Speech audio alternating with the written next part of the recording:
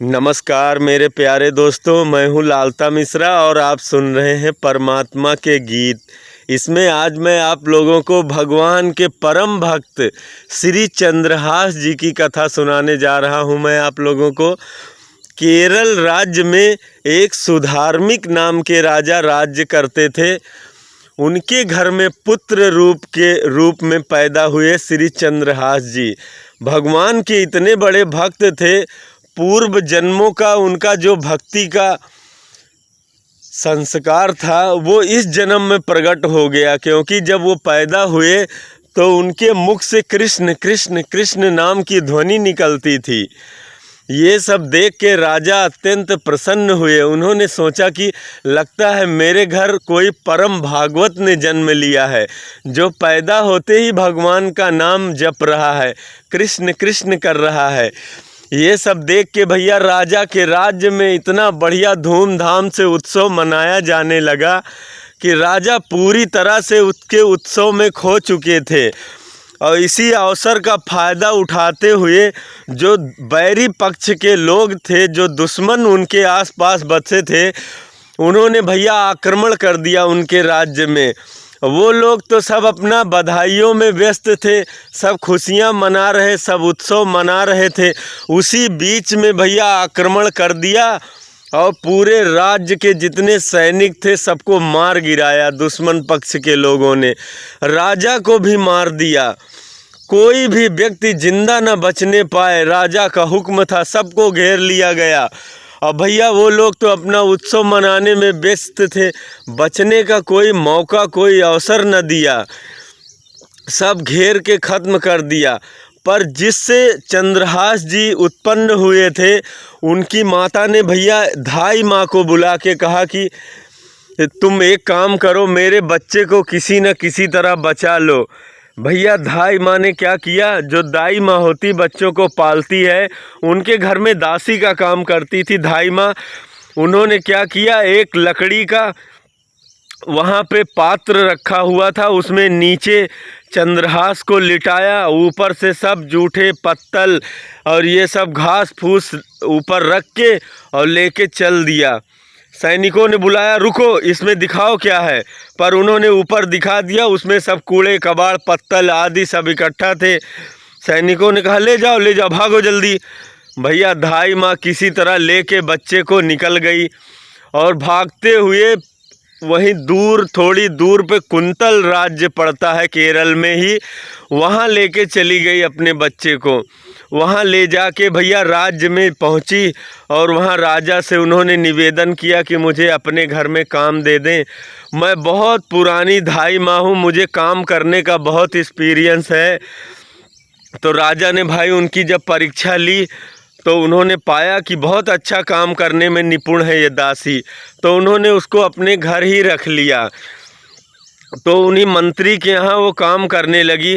केरल राज्य के जो मंत्री थे, केरल राजा के यहाँ मंत्री का काम करते थे, उनका नाम था धृष्ट बुद्धि। तो धृष्ट बुद्धि के यहाँ वो रानी धाई माँ काम करने लगी और अपने भैया 3 साल के बच्चे को भी वहीं पालने लगी। वो तो राजा का पुत्र था चंद्रहास, देखने में अत्यंत सुंदर था।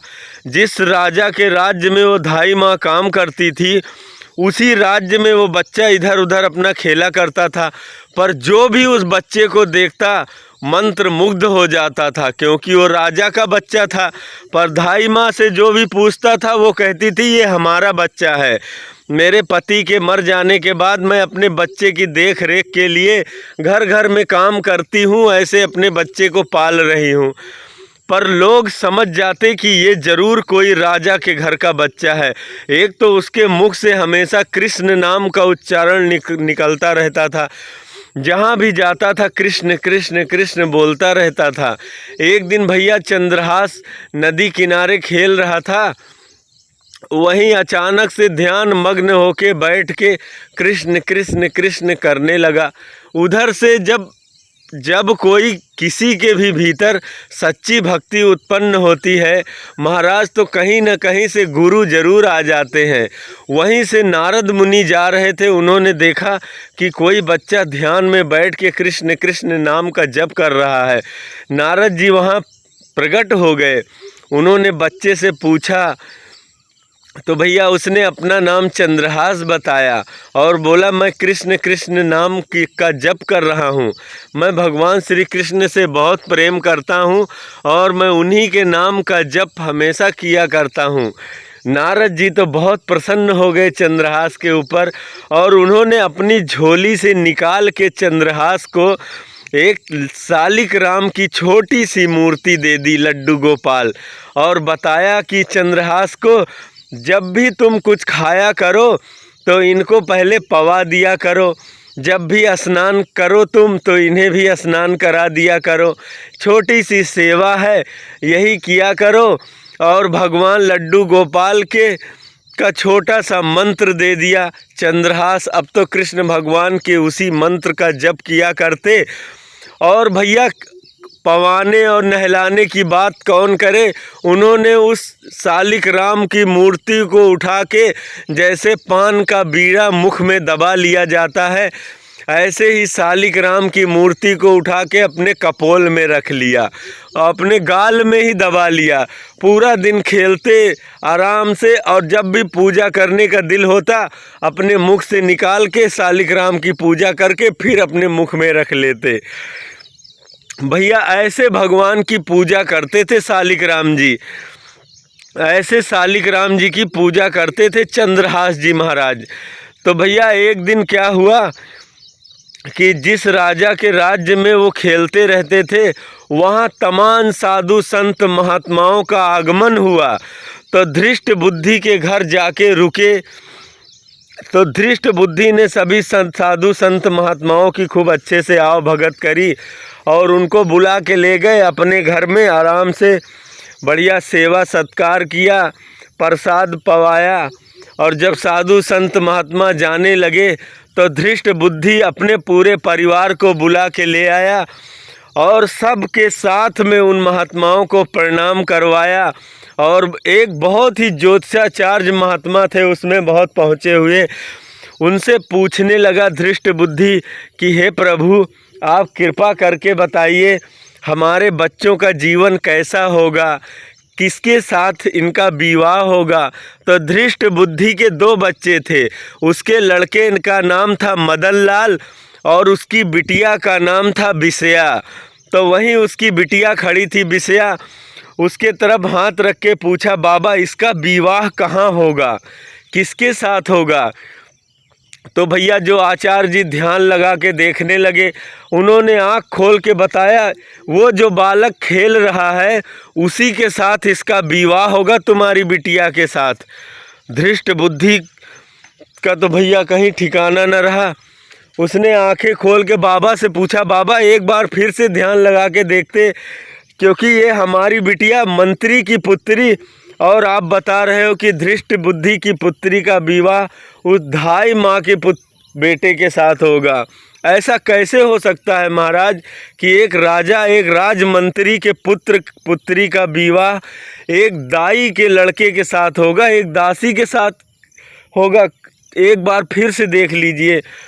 पर उन महात्मा ने कहा कि मैंने देख लिया, इसी के साथ होगा। अब तो भैया मंत्री बहुत गुस्सा हो गया, क्रोधित हो गया। उन्होंने किसी तरह महात्मा को दान दक्षिणा देके विदा किया और अपने यहाँ जो जल्लाद उसके राज्य में काम करते थे, मारने का काम करते थे, लोगों की हत्या करने का काम करते थे, उनको बुलवाया धृष्ट बुद्धि ने और कहा कि इस बच्चे को ले जाके मार दो जंगल में और पक्का मार के ही आना, सबूत के तौर पे मुझे इसका एक अंग काट के तुम्हें दिखाना पड़ेगा। तो भैया सारे जल्लाद उस बच्चे को उठा के जंगल में ले गए। अब जल्लाद जैसे ही उस चंद्रहास को छुआ एक भक्त के शरीर से स्पर्श होने के कारण उनकी बुद्धि बदल गई, उनका स्वभाव बदल गया, भीतर के भाव बदल गए।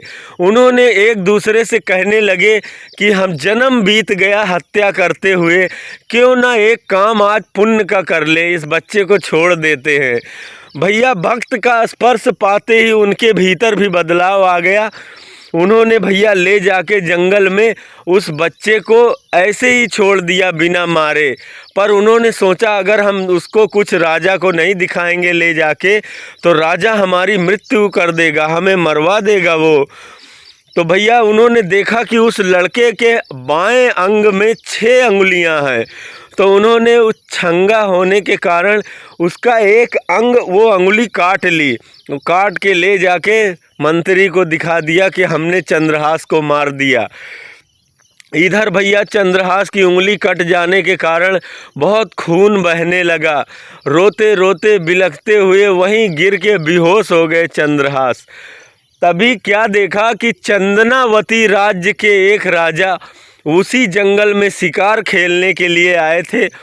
उन्होंने देखा कि जानवरों ने चारों तरफ से घेरा बना के चंद्रहास को घेर रखा है। और उस समय बड़े बड़े दिव्य पंछी होते हैं जिन्होंने चंद्रहास को घेर रखा है। धामू और सामू नाम के पक्षी जो होते हैं महाराज, जिसके भी ऊपर पंख कर देते हैं ऐसा माना जाता है कि वो चक्रवर्ती सम्राट बनता है। ये पक्षी जिसके ऊपर भी अपना पंख फहरा देते हैं। तो जब उस राजा ने देखा कि चारों तरफ से इन्हीं पक्षियों ने उस बालक को घेर रखा है तो दौड़ के आए उसके पास। उन्होंने देखा कि बेहोश की अवस्था में भी कृष्ण नाम का उच्चारण कर रहा है एक बालक। भैया और राजा अत्यंत प्रसन्न हुए, चंदनावती राज्य के राजा, और उनके यहाँ भी कोई पुत्र नहीं था, इसलिए उस बालक को अपने साथ ले गए और खूब प्रसन्नता पूर्वक उसी बालक को ही अपने राज्य का युवराज घोषित कर दिया, राजकुमार घोषित कर दिया। भैया चंदनावती राज्य का राजा बन गया वो बालक चंद्रहास। अब तो प्रेम से राज्य करने लगा और बहुत ही धर्मात्मा राजा, भगवान का परम भक्त राजा। भैया वो उसके राज्य में सारे लोग भगवान के भक्त हो गए, सभी कृष्ण नाम की भक्ति करने लगे। उसका पूरा राज्य भक्तमय हो गया उस चंद्रहास के आने से। तो भैया वो लोग क्या होता है कि छोटे छोटे जो राज्य के राजा होते हैं वो बड़े राज्य के राजा यानी कुंतल देश के राजा को कर दिया करते थे। लेकिन जब चंद्रहास राजा बना तो भैया उसके कृष्ण भक्ति में सब खो के और कर देना भूल गए। तो भैया कुंतल देश के राजा ने धृष्ट बुद्धि मंत्री को भेजा, बोले जाओ चंदनावती राजा को सतर्क कर दो कि उसने बहुत दिनों से कर नहीं दिया है, वो युद्ध करने के लिए तैयार हो जाए या तो कर दे हमें। धृष्ट बुद्धि आया। अब भैया जब उसने देखा चंद्रहास को तो पहचान गया, क्योंकि उसी के घर में धाई माँ उसको लेके कई वर्षों तक काम करती रही। उसने देखते ही पहचान लिया, अरे ये तो चंद्रहास है, ये यहाँ का राजकुमार कैसे बन गया। भैया उसने खूब ललकार लगाई चंद्रहास को कि तुम लोगों ने इतने दिनों से कर नहीं दिया, तुम्हारा अंतिम समय आ गया तुम्हारे राज्य का, तुम्हारा पूरा राज्य किडनैप कर लिया जाएगा, बंदी बना लिया जाएगा राज्य में सबको। या तो तुम कुंतल देश जाओ, वहाँ के राजा से क्षमा मांगो और अपना कर जमा करो, तब जाके तुमको मुक्ति मिलेगी। तो भैया उसने चंद्रहास को भेज दिया और भैया क्या किया, उसने एक पत्री लिखी अपने पुत्र मदन लाल के लिए कि जिस व्यक्ति को मैं भेज रहा हूँ बिना कुछ सोचे समझे, बिना किसी बात को माने हमारी इस आज्ञा का पालन किया जाए, इस व्यक्ति को विष दे दिया जाए खाने में हमारे आने से पहले ही। तो भैया चंद्रहास को एक पत्री लिखी धृष्ट बुद्धि ने और उसको बांध के रक्षा सूत्र में और उसको दे के और भेज दिया। तब पहले के लोग बहुत धर्मात्मा होते थे। एक एक कदम धर्मनिष्ठ के अनुसार चलते थे। सो धर्म चंद्रहास ने उसका पत्र भी खोल के नहीं पढ़ा और अपने पगड़ी में खोस लिया पत्र को और घोड़े पे चढ़ के चल दिया भैया कुंतल देश की तरफ। वहाँ पहुँचा तो पहुँचते पहुँचते काफ़ी दोपहर हो चुकी थी। भूख प्यास से व्याकुल होके थक गया था चंद्रहास। तो वहीं पास में एक सुंदर सी वाटिका थी। अपने घोड़े को वहीं बांध दिया और वहीं विश्राम करने लगा। विश्राम करते करते वो तो वहीं पे सो गया। तभी भैया उसी राज्य की राजकुमारी विषया धृष्ट बुद्धि की पुत्री अपने सखियों के साथ उस वाटिका में घूमने के लिए आई। उसने देखा अरे घोड़ा बंधा हुआ है। उसके पास जाके देखा तो एक सुंदर सा राजकुमार वहीं लेटा हुआ था। उसकी सुंदरता देख के मोहित हो गई, पर किशोरावस्था में थोड़ी चंचलता तो होती ही है भीतर। उसने उसके पगड़ी से वो पत्रिका निकाली और उसमें उसने पढ़ के देखा तो उसके पिताजी का हस्ताक्षर था धृष्ट बुद्धि, और उसने अपने बेटे मदन लाल के लिए वो पत्र लिख रखा था कि इस व्यक्ति को पहुंचते ही विष दे देना। उसकी पुत्री ने देखा इतना सुंदर सा राजकुमार, ये तो मेरे अनुकूल है। ज़रूर मेरे पिताजी ने विषया लिखा होगा, पर विषया लिखते समय पता नहीं न जाने कैसे ये विष लिख उठा। मेरे पिताजी ने ज़रूर लिखा होगा कि अपनी पुत्री विषया का दान कर देना। भैया उस समय स्याही कलम दवात तो होते नहीं थे, काजल की स्याही बना के लिखा जाता था पत्र। तो विषया ने क्या किया, एक छोटी सी लकड़ी सीख उठा के अपने आँखों का काजल उठा के और उसी में या बना दिया, विष का विषया बना दिया। भैया ये लिख के और वो पत्री फिर उसके पगड़ी में रख के वो तो अपने घर चली गई प्रेम से। भैया जब मदन लाल को वो पत्र चंद्रहास ने दिया तो चंद्रहास का पत्र पाके मदन लाल प्रसन्नता से खुशी से झूमने लगा, क्योंकि इतना सुंदर राजकुमार। जल्दी से उसने शादी विवाह की तैयारी करी, ब्राह्मणों को बुलाया। ब्राह्मणों ने कहा अगला मुहूर्त शादी का ही है। तुरंत उसका धूमधाम से विवाह कर दिया गया। अब भैया धृष्ट बुद्धि ने सोचा कि चलो अब उसको विष दे दिया गया होगा, अब वो मर गया होगा, अब चल के मैं सारी समस्या संभाल लूँगा कि क्यों राजा राजकुमार को विष दिया गया, क्यों मारा गया, बातें बहुत फैलेंगी, मैं चल के सब संभाल लेता हूँ। जब भैया धृष्ट बुद्धि ने आके यहाँ देखा तो पूरा राज्य धूमधाम से सजाया गया था। उसने पूछा ये क्या हो रहा है? बोला आपके ही बेटी का तो विवाह हो रहा था चंद्रहास के साथ, आपने जो पत्र भेजा था। भैया भागा भागा गया, मदन लाल को डांटने लगा। मदन लाल बोला पिताजी मेरी क्या गलती है, आपने जो पत्र भेजा था देख लो, ये चिट्ठी पत्री आपकी संभाल के रखी गई है, हमारे नाम आपने पत्र लिखा था, आपका सिग्नेचर साइन भी है उस पर। अब तो भैया बहुत दुखी हुआ धृष्ट बुद्धि, लेकिन अब कर भी क्या सकता है, बिटिया के साथ विवाह हो गया। पर जो दुष्ट लोग होते हैं वो सोचते हैं जब तक मैं इसको मार नहीं दूंगा, चाहे मैं भले जेल चला जाऊंगा पर इसको मैं मारूंगा ज़रूर। उसको सोचना चाहिए कि चलो बिटिया के साथ विवाह हो गया, ये भी तो राजकुमार ही है। पर भैया उसने सोचा कि मैं इसको बिना मारे छोड़ूंगा नहीं। उसने कहा कि देखो राजकुमार, हमारे यहाँ की एक परंपरा है, शादी विवाह के बाद सबसे पहले लड़का अकेले ही वहाँ देवी माता के मंदिर में गुप्त पूजन के लिए जाता है, उसके बाद कन्या के साथ जीवन यापन करता है, ये नियम है हमारे यहाँ का। बोला ठीक है महाराज, भगवान तो भगवान ही होते हैं, कोई भी भगवान का मंदिर धाम हो सब में परमात्मा विराजमान है, हमारे कृष्ण ही विराजमान है वहाँ पे। और कृष्ण नाम का जप करते हुए चंद्रहास पूजा की थाली लेके चल पड़े देवी माँ के मंदिर में पूजन के लिए। अब जब वहाँ जा रहे थे तभी कुंतल देश के जो मेन सम्राट थे, जो राजा थे, उनकी आज्ञा हुई कि जल्दी से चंद्रहास को बुला के लाया जाए, क्योंकि ब्राह्मणों आचार्यों का ये निवेदन था राजा से कि तुम इसी क्षण जो मुहूर्त बन रहा है, तुम्हें इसी मुहूर्त में किसी दूसरे को सम्राट बनाना पड़ेगा और तुम्हें सम्राट पद से इस्तीफा देना पड़ेगा, तभी तुम्हारे प्राण बचेंगे।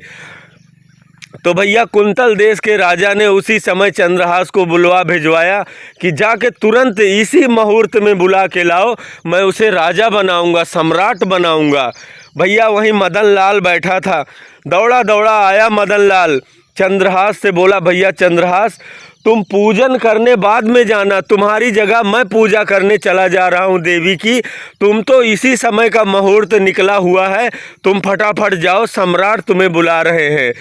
और इधर भैया धृष्ट बुद्धि ने वहाँ मंदिर में जल्लादों को इकट्ठा कर रखा था कि जो भी मंदिर में पूजन करने आएगा उसको यहीं काट के फेंक देना, बिल्कुल भी मत देखना कौन आया कौन गया।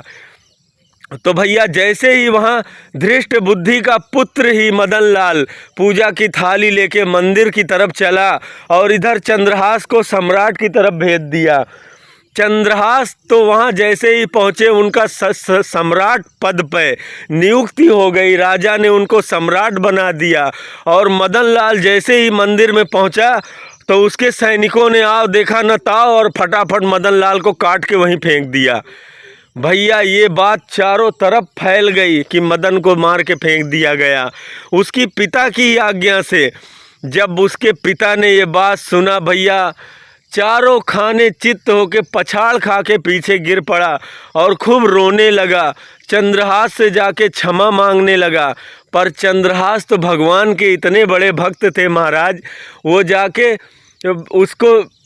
उसका पूरा धड़ जो अलग था सबको जोड़ के और भगवान की ऐसी प्रार्थना करी, भगवान की ऐसी कृपा बरसी कि मदन लाल फिर से जीवित हो गया। भगवान की कृपा को देख के वहाँ सारे राज्य के लोग देवी की जय जयकार छोड़ के, भगवान की जय जयकार छोड़ के उस राजा चंद्रहास की जय जयकार करने लगे कि धन्य है चंद्रहास, तुम्हारी भक्ति का प्रताप देख लिया हम लोगों ने। सब जय जयकार, उस राज्य में चंद्रहास का जय जयकार होने लगा और चारों दिशाओं में चंद्रहास की कीर्ति गूंजने लगी। मेरे प्यारे दोस्तों, ये कथा का सार है, जो भगवान का परम भक्त होता है उसका कोई भी बुरा नहीं कर सकता। मेरे दोस्तों, जितना उसका अनिष्ट करने का सोचोगे उतना ही मंगल होता जाएगा भगवान की कृपा से। ऐसे थे चंद्रहास। आप लोगों को अगर ये कथा पसंद आई हो तो एक लाइक करें, और चैनल में नए हैं तो ऐसी और कथाएं सुनने के लिए आप हमारे चैनल को सब्सक्राइब कर सकते हैं। हम फिर मिलेंगे आपको अपने अगले वीडियो में, तब तक के लिए जय श्री राधे कृष्ण।